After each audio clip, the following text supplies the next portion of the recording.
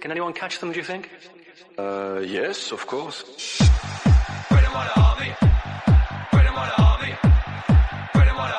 Yeah, unbelievable. We didn't expect that.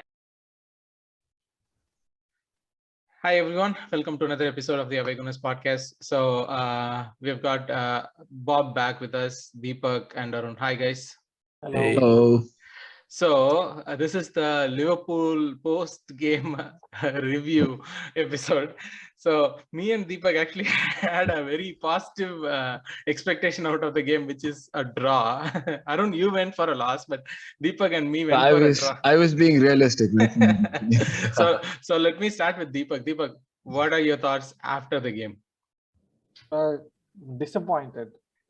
I thought, given the form we were in and how we were playing, and also Liverpool's home form, they haven't been that great for the past 1 year. They have just won 5 or 6 games out of the 19 they have played at home. So I thought, okay, we would nick somehow a 1-1 draw, but it was a complete disappointment. I said, it was a game of 2 hours. First half, even though we didn't play that great in the first half, we were decent enough. Ramsdale kept us in the game and we were good. It was like Arteta's this season Arsenal, and the second half was like previous season's Arteta's Arsenal. So yeah, basically I was disappointed, and more than disappointed, it was frustrating to see. We thought we have progressed a lot, but it doesn't seem to be the case against big teams. We can say Liverpool are miles ahead and stuff, but the way we folded in the second half was completely disappointing to see.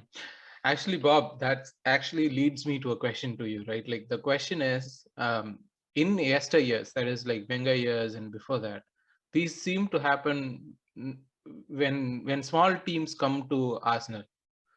It's a given that they will lose, right? They will come in with there are oddities here and there. Yeah, this team came in, win, and we could quote all those things. But usually when small teams come to Arsenal during that time, it's a given that they will lose. Now it's when we are going to bigger teams, it's a given that we will lose, and we are losing 4-0. You remember we watched the 6-3 game in a bar. I think we watched it together, 6-3 in Manchester against Manchester City. During that time, it was a very big shock to have a game 6-3. We lost a 6-3 game. Now 4-0, people are talking everywhere it's a very new normal. Oh, it's Liverpool. What else are you expecting? Is this kind of putting Arsenal down the peg? Are we putting Arsenal down the peg as fans? Yeah, I'll tell you, from what we've seen over the years, our expectations have been regressing to newer lows. That this seems like normal these days. Now losing to Liverpool, although you could counter argue that they are one of the best teams in Europe, and they are actually almost challenging for Europe every season. It feels although that we've been as well regressing or going down the going down the spiral, if you would say, and systematically we've not been good enough. There's been upturn in fortunes quite recently, and which led to a lot of people believing that we might be able to nick a point, or even perhaps 3 in some cases, by some section of fans. But the harsh reality, deluded section of fans. The harsh reality remains the fact that we are still miles apart, and that was pretty much evident in the game as we saw. I mean, you could actually say a lot of things which probably went against us, misplaced passes and all those sort of things in detail, but in reality we are still miles ahead, and we still continue to be, the distance continue to be getting bigger and bigger every time when we meet bigger teams. That's the reality of things. Although you don't like that reality, Arun. So you actually put together the idea of a back 3, but we started with back 4 as we kind of predicted. Were there any surprises apart from Partey starting, which was not exactly a surprise, but were there any surprises when the team sheet came out? I was not very convinced with Nuno Tavares, as we know, I put it in the preview part too. But apart from that, I did have a lot of concern with the starting lineup that we put out there.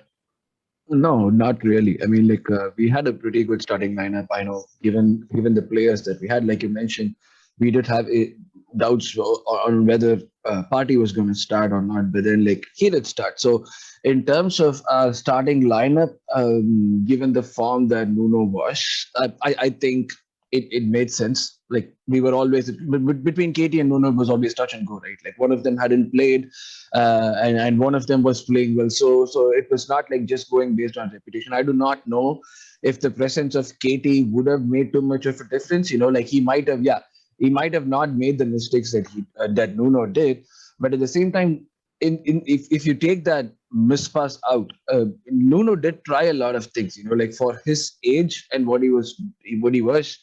he was far more enterprising than what I thought he was going to be. He even the ball that he gave away was when he tried to when he forced Trent Alexander-Arnold to actually give the ball away. You know, like it was a very good move, but that was like sort of messed up by what he did. So even like for the Partey shot, he was the one who drove and got the ball. So Nuno was like he did most parts right. So in terms of the starting lineup, no, I didn't really feel that we put a wrong lineup in or it was a surprising lineup that we should have done something better. No, I thought it was a functional lineup that possibly was going to do what I thought the team would do, which was basically losing graciously, if I could put it. So I think this 11 was good enough to lose graciously. So, but yeah. For me, the surprise came in when I watched. I don't follow Liverpool that much, but when I saw Oxlade-Chamberlain lining up as a starter in Liverpool team in the midfield, Well, they that didn't was have much options as well, right? So they had like a lot of players, and probably they would have also thought it's Arsenal. You know, we do not have to risk Milner or Henderson and push them forward too soon. So, Was it just me, or did you guys draw comparisons to a similar game which happened over the weekend, which was the United game against Watford? But The game was 2-1 almost towards the 90th minute, and then suddenly it became 4-1. It's a different result altogether.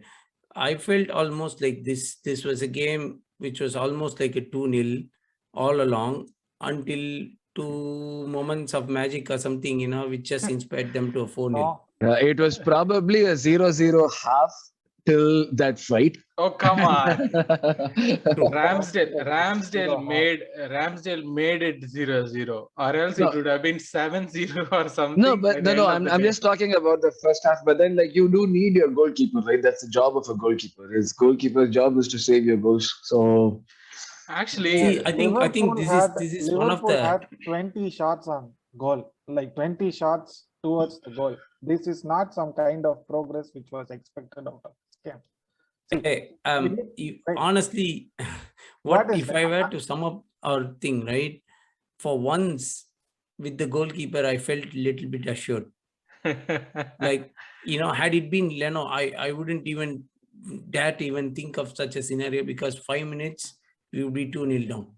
but okay, so I have a concern over there. I rewatched the game yesterday, and I felt like some of the saves that Ramsdale did. I know this is going to make me a villain in a lot of Arsenal fans' mind, but some of the saves that Ramsdale has been doing is his own making. I think he is wrong-footing himself. He is putting himself in a very difficult position before recovering. He's recovering amazing. His reactions are really good. He's probably the best goalkeeper in the league right now. That is no question. But again, some of the positions that he's taking up is what is putting him in those situations, is what I feel.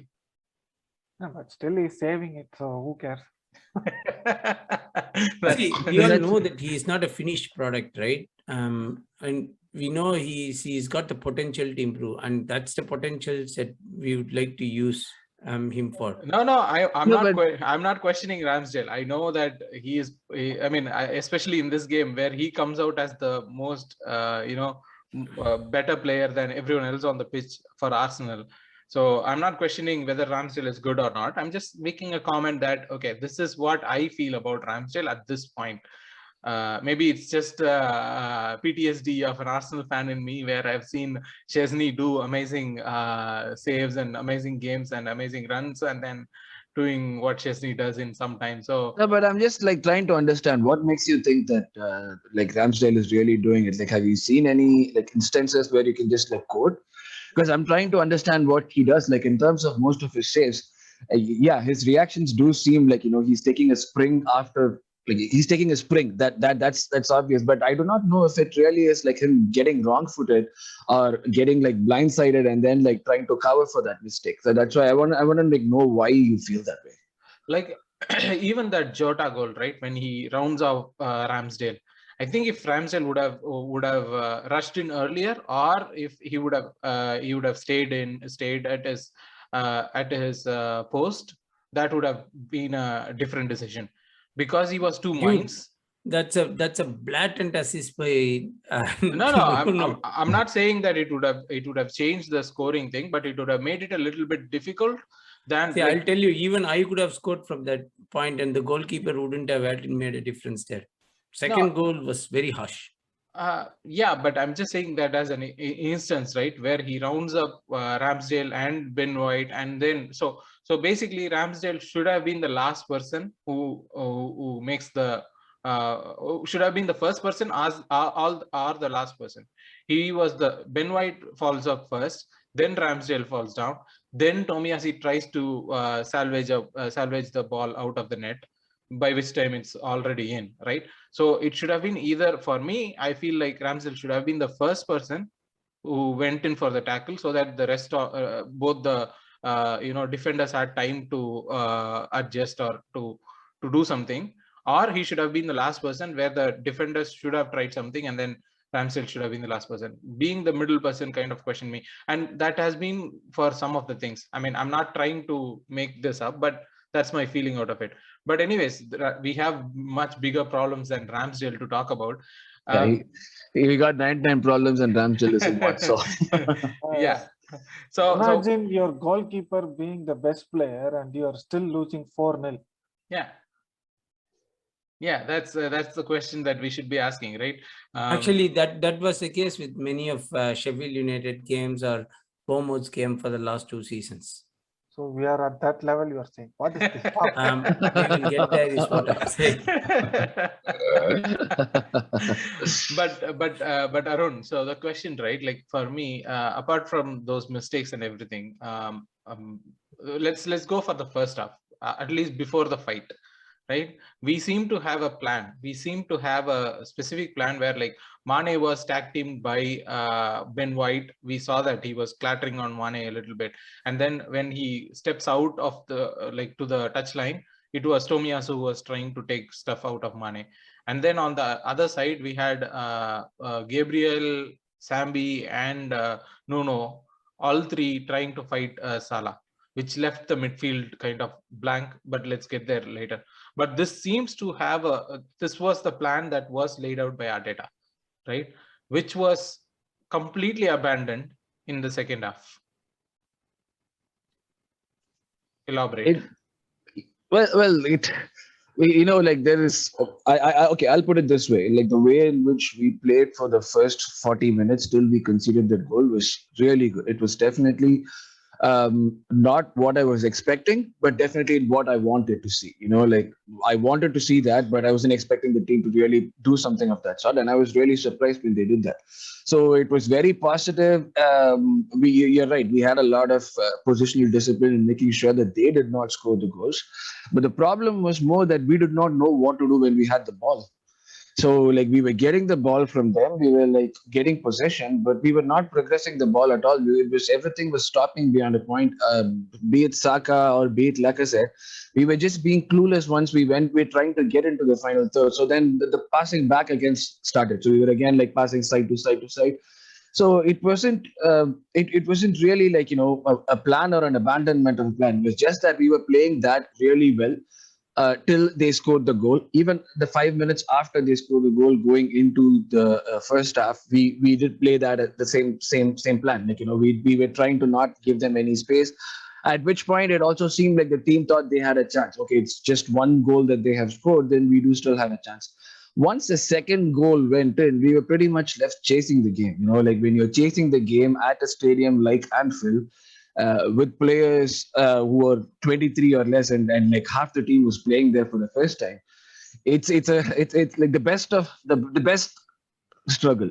Messi was a part of the team that lost a 4-0 goal advantage.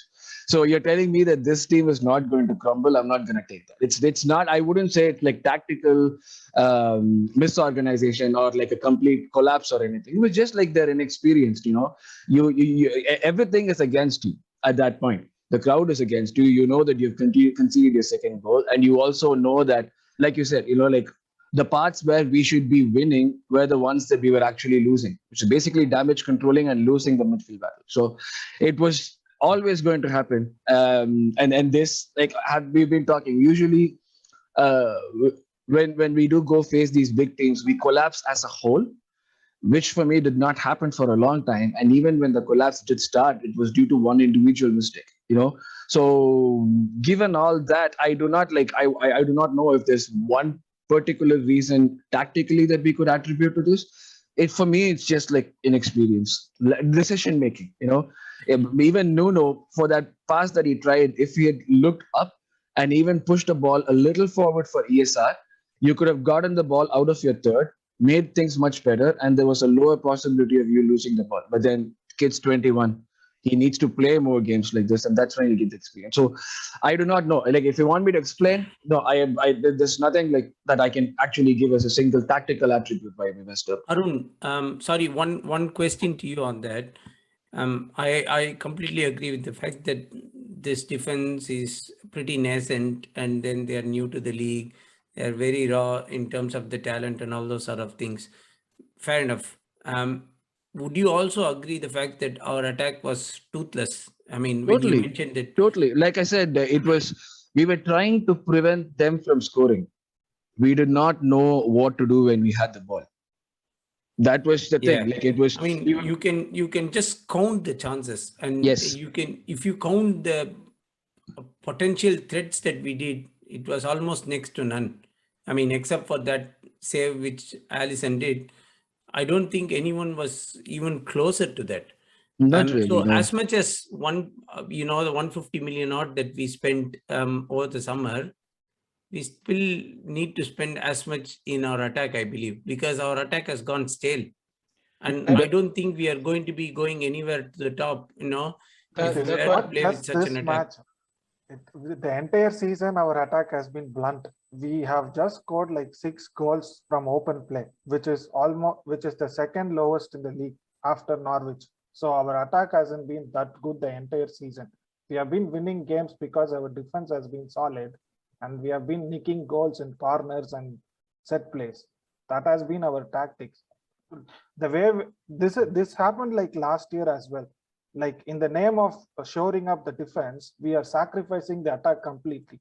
This team hasn't been still like a complete package. We can go and thrash small teams 4-0 or 5-0. That hasn't happened till now. And the main problem has been Aubameyang. He has been the main problem. He has been not scoring goals or helping the team either way. Even the first goal, he made a stupid tackle which he didn't even have to do there. So for me, what I'm looking at is like we can either function defensively or offensively. We cannot do both at this point, and that is why there is no evidence to suggest we can do it offensively. Offensively, yeah, we have not done anything to suggest that we can actually pull something off offensively.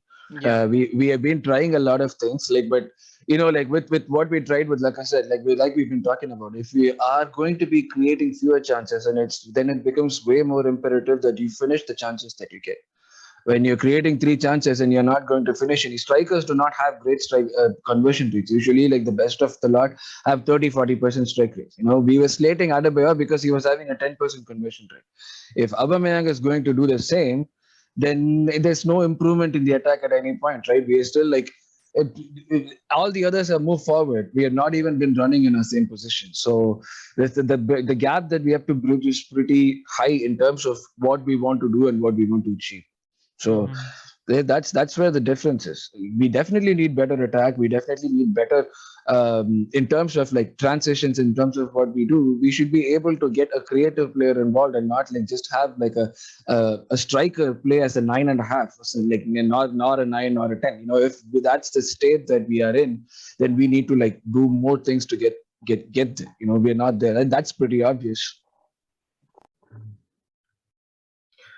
But again, right, like getting back to the game, we were actually like you said, it was something of a plan until the Klopp and Arteta bust up. So Bob, I'll ask this question to you, right? For me, it feels like there is no winning with this Arsenal fans group or Arsenal fans in general, because we wanted our manager to show passion. We were always complaining that Wenger never did. Wenger was always sitting in his dugout and he's not doing something. And then when Arteta does, we are like, oh, he shouldn't have done that with Klopp. So the question is, I mean, it might have triggered a Klopp, it might have triggered Liverpool, but what are we to do? Are we to sit down and fold down because they are a big team, better team, when there is a potential clash up?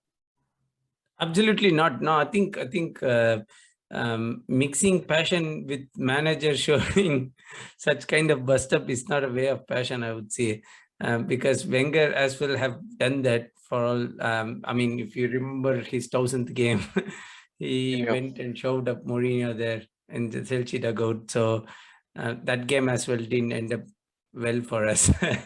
So 6-0, we lost with the 5-0, 6-0. 6-0. Yeah. 6-0. And Gibbs got a red card, right? That game. So the thing is,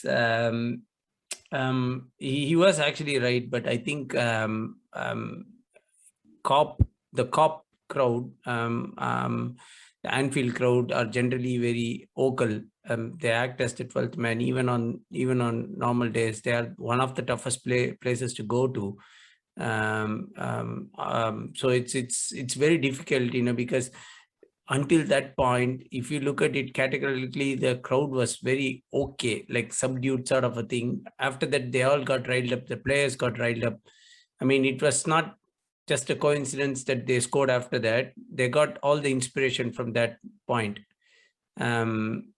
Again, yes, the tackle which led to that bust up was sort of okay, but not to the levels where he needed to have gone into, Jurgen Klopp's dugout there and then, yelled at him. That was not probably required.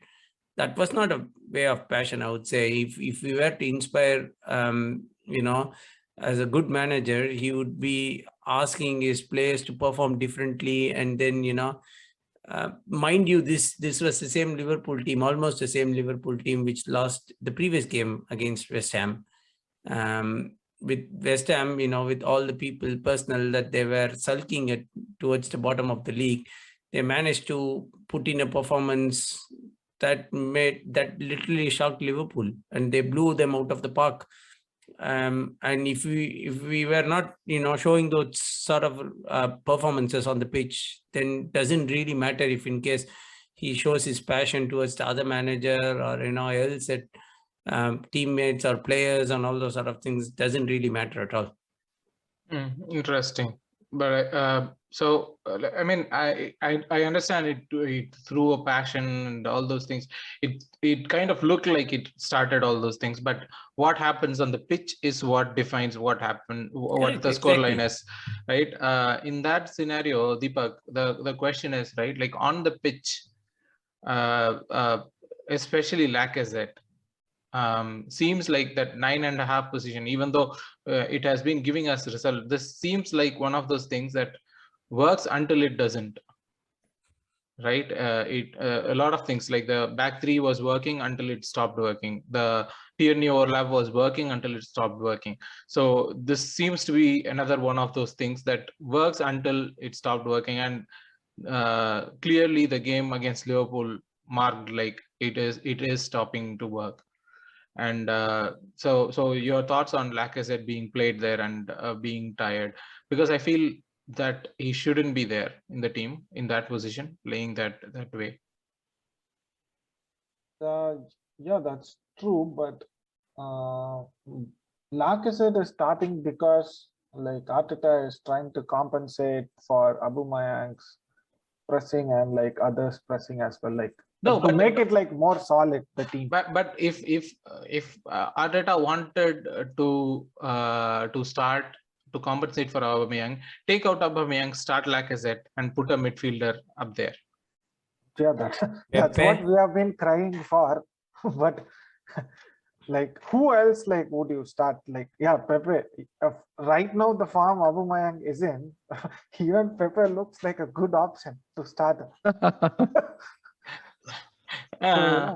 But yes, again, like Lacazette. That is what it is happening. He is your captain. He is your proven goal scorer.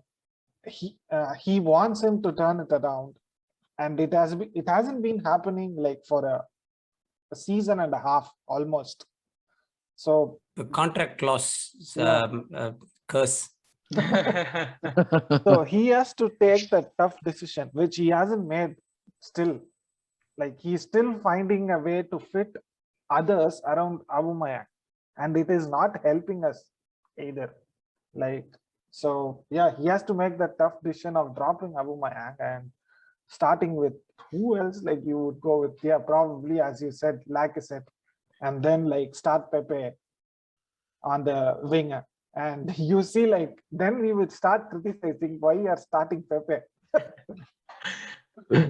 No, for all the loss that we have been having, Arun, Odegaard is still there, right? And whenever he comes on, it makes me wonder what is the future with this kid, because some games he comes on and we look solid, and last game when Liverpool, when he came on, he didn't make any impact in the game. Like, I don't even remember him touching the ball.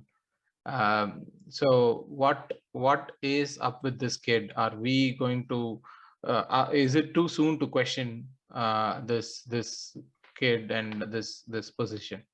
Okay, so first up, this is one argument that always bothers me when people see kids who are like 20, 21, 22 messing things up or like not getting chances. You have to remember these kids are 20, 22.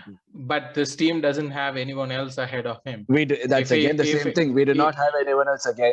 That's the direction that we're taking. If we're going to be going ahead, the recruitment policy seems like we are going to be recruiting players who are 24, 25 or younger, and we are going to mold them, which means that the next players that we are going to be getting are going to be of the same age profile.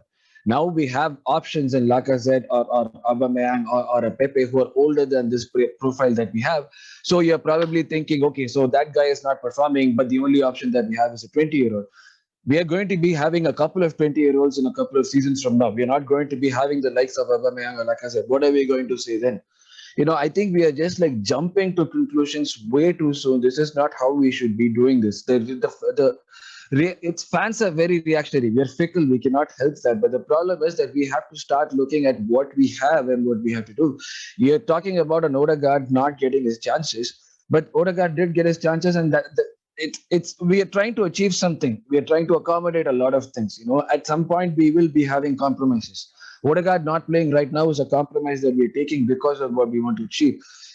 We want to achieve the results that we want. We want the 3 points that we want. If Lacazette is going to give me the 3 points, I would play him over Odegaard week in, week out. I would not think about Odegaard's progress right now, or I would not think about what is going to happen for Odegaard, because I know he's very young. He's still the captain of the Norwegian team. Nothing is changing on that front. Even the games that he's coming in, he's the one who's helping us control the games, the ones that we are leading. Lacazette, like, is coming in for 60 minutes, gives us all.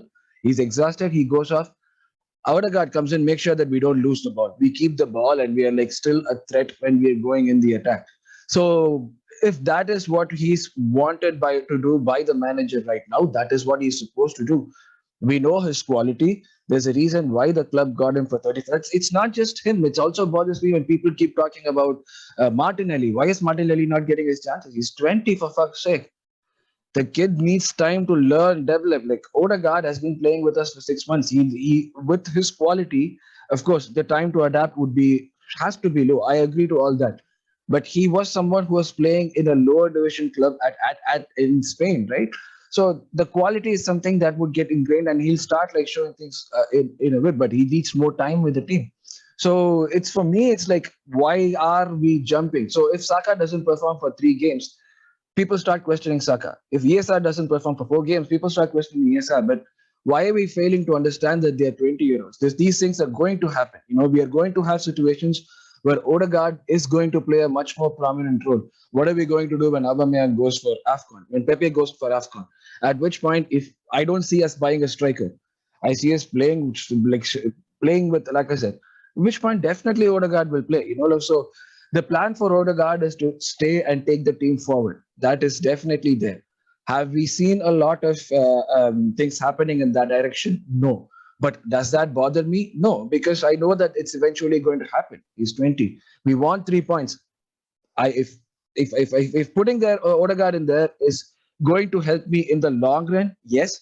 But I could still afford to do it later in the season and not right now, where right now my 3 points are my most important. I would definitely just to continue doing what we're doing. I wouldn't like put too much emphasis on kids who are 20 and not getting chances and get worried about it. No. Okay. To just add one more point to it, in all fairness, Odegaard did score a goal against Watford. Oh, yeah, exactly. Needless to be messed around by Aubameyang. If not for that, he would have as well got a goal to his name. But again, like talking about the kids, right? One of the kid who I was personally impressed was Lokonga until this game, especially in the second half. He was about to be hooked when the second goal went in, and even before that, he made like a couple of mistakes. It was like he was on drugs when he got out of the dugout for the second half, right? Because in the first half he was being solid, not just in the first half, in the last this unbeaten run of games, whatever we are talking about, unbeaten, he has been doing good in the midfield. He has been doing decent, not good. Yeah, but again, that is for the price tag he is in, and he was not supposed to be the first team starter. He was supposed to be a rotation player instead of El Neni. That is what his position was supposed to be. But then because of injuries and stuff, he started, and that is what he has been doing. But that second half display by him was very bad, right? Is that a sense of like not knowing what to do, or is that a sense of that's the player? Yeah, I think there's been a lot of high expectations pinned around on him, and it just shows that he was very easily exposed during the game against Anfield, against quality opposition. I mean, consider the fact that he was playing against Fabinho and Thiago.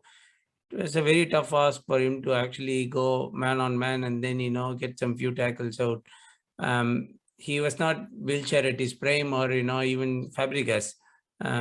So I mean, he's just coming from a lower league, J League, and then he's managed to put up some decent performances and all those sort of things over the games that he's played. But that kid needs to grow quite a lot, and he needs to grow leaps and bounds for him to even get half decent player that we are looking for in him. And he is nowhere there near that. And for us to expect that, we have to regress our expectations to not expect that from such a kid. Maybe I felt Xhaka would have performed better, but looking at that midfield options that we had on the bench, Maitland-Niles or El Nene, I don't think anyone could have even come closer to what Lokonga did. And that's the best that we had, unfortunately. If not for that, I don't think we have anyone else. Okay, so but that begs the question, Deepak, right? if Lokonga is to If I be, can just add something in there. Sorry yeah, to take it. yeah, Lokonga is 20, and we're talking about all this. Sancho is 20, and like he was bought for 18 million. He's not setting but the league on fire. No, I'm just getting this comparison out just to say that someone who, like Sancho, who was rated so highly, like was supposed to be the golden boy and all that, he is struggling as well. So I mean, like Sambi was not someone who was supposed to be a midfield general right now, right? So it's not about, maybe, I don't know, if people were expecting him to turn out to be like a party when he's 20 or 21, then I do not know like what sort of expectations people have on players. actually, that's the question I was about to ask about Partey to The Deepak, thing because is like the Partey, mistakes which he made in the first half, you don't need to be like a experienced or a young player or something. That wasn't like, if you're a proper professional football player who is starting for Arsenal, you shouldn't be making those mistakes even if you're 20. True. my I point. agree. But there have been games like where he's shown glimpses of what his potential is that has been way higher than like another 20-year-old midfielder could possibly do. Like in many instances, he's shown that. That's the reason why people still like him. People are still supporting him. Look, imagine like him being someone who had nothing to add on to this game. I don't think the fans should be behind him as much they are right now. yeah. So No, actually, that's the Fans question. have now started raving about Renato Sanchez. Do you, if I were to compare between Renato Sanchez and what Lokonga has been doing so far, who would you rate and why would you rate? Renato Sanchez is 24, right? I haven't seen Renato that much for me to rate Renato and him. Because he turns up only at international tournaments. Otherwise, you don't hear anything about him. He messes at the club level. That's why, like all these other kids who do well at international, you hear about them doing well for the club. There's He some got hype around injured them. towards the end of the transfer window, which is why he's moved to Barcelona. Scuppered. If not for that, Barcelona were almost sure to get him on. I mean, I wouldn't rate any player on that. They got Martin Braithwaite, so no, I don't know if we should be like rating him on that. But okay, so let me stop this discussion on Lokonga, because I want to take it to another direction. Deepak, so even when Maitland-Niles came in, right, he was not good. He made all the misplaced pass. So the question is, right, for me, is it Partey who is not playing to his potential that is creating all this other players who are trying to cover up for what he is doing? Because even the second goal, the pass was for Partey. Nuno Tavares' pass was far Partey, and it was not good. And also, Partey being half fit kind of takes away one sub option out of the equation, right? We have to substitute him for someone else at 60-minute mark, 70-minute mark. So has Partey been so underwhelming signing for Arsenal till now? Yes, Yes. it's a no-brainer question. You sign him for 50 million and you see the mistakes which Partey has been making. If the same mistake has been made by Xhaka, you can imagine how people would be like going on, like in thing. So Partey has been like clearly an underwhelming signing. He hasn't like one game where we were talking, right? Bob said he had one game like against Manchester United away. Apart from that, I don't know any games which he like dominated like against big teams. He has been Not like, even against small teams. I don't remember him doing that against. he had a couple of like good games against small teams, solid games. Nothing like, oh yeah, we have a great midfielder, which we thought he would be. But yeah, so even yesterday against Liverpool, he was like, we talk about Sambi making mistakes and stuff. Partey was as underwhelming as Sambi, apart from the mistakes. Mm-hmm. So yeah, Partey, he has to step up. Probably he needs Xhaka. There is Deepak bringing in Xhaka into every so midfield. probably he knows whatever mistake I made, people will still blame Xhaka so that I am free. Deepak and his Xhaka comparisons. No, I totally agree with Deepak on that. I really felt that, like, Sambi was given a raw deal this game because of how ineffective Partey was. it was like not justified on Sambi that like Partey had a game like this. Like it's like, oh, in that situation, yeah, Sambi made mistakes. He had like mispasses and all that. But being the senior person, you would expect Partey to like play much better. I don't know if it was fitness that he was not ready and playing forced to play or whatever it might be. But you have to be ready for these games. That's why we got you for 45 million. So he hasn't shown anything so far that would justify what he did, and we know he's capable of from his time at Madrid. I've been like, it's a little disappointing. Like 35 million for Xhaka, and we slayed him a lot. 45 million for Partey, we just gave him a free pass. Mm-hmm. Bob, Partey's fan hasn't opened his mouth as yet. much as I hate to admit it, what these guys are talking is genuinely true.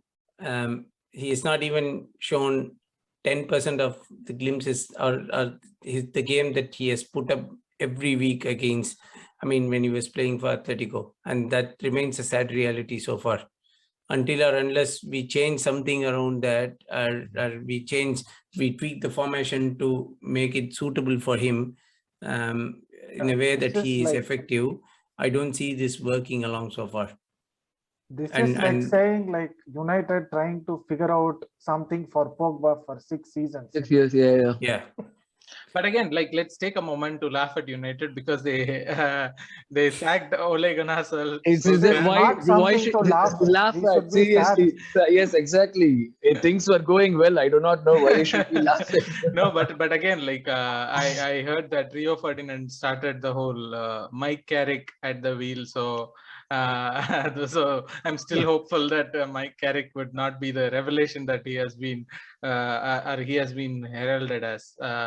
But anyway, so let's put this, because we have talked a lot about players. We have not talked about a lot of instances. That just shows how bad the game was.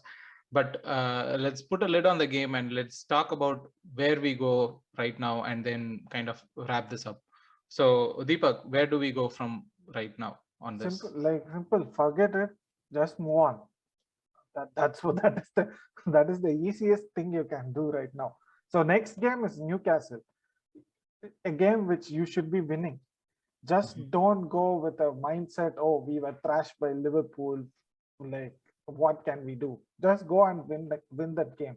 See, we are not targeting for title or something. We don't have to win against Liverpool. Just win the other games. You would still finish fourth. It's as simple as that. See, the top 3 is done. No one is going to catch them. The 4th spot is up for grabs. So if you don't have a European competition, you don't have anything else. So we have a good chance to finish top 4. So just concentrate on that and win the other games, even though you don't turn up against big teams. Okay, Bob, where do we go from now? See, I think the next 5 games are very crucial. So we're playing against Newcastle, United, Everton, Southampton, and then I don't remember. I'm not saying in an exact order, but we are just playing all these 4 teams at least for sure. Yeah, I think Newcastle, Everton, United, and then Southampton. Those are the 4 names. We have West Ham. So West Ham, yeah. And then West Ham. Yes, correct, West Ham. If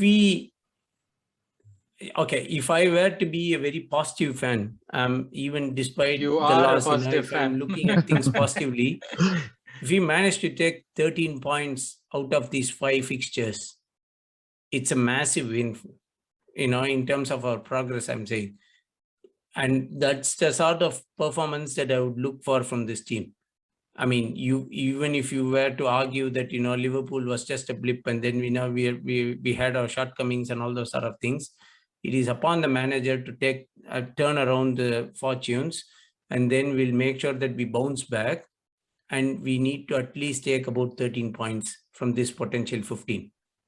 And that would be the ones that I would look for. And if we could talk the same thing post a West Ham game with such a progress, then yes, we have to take step at a time.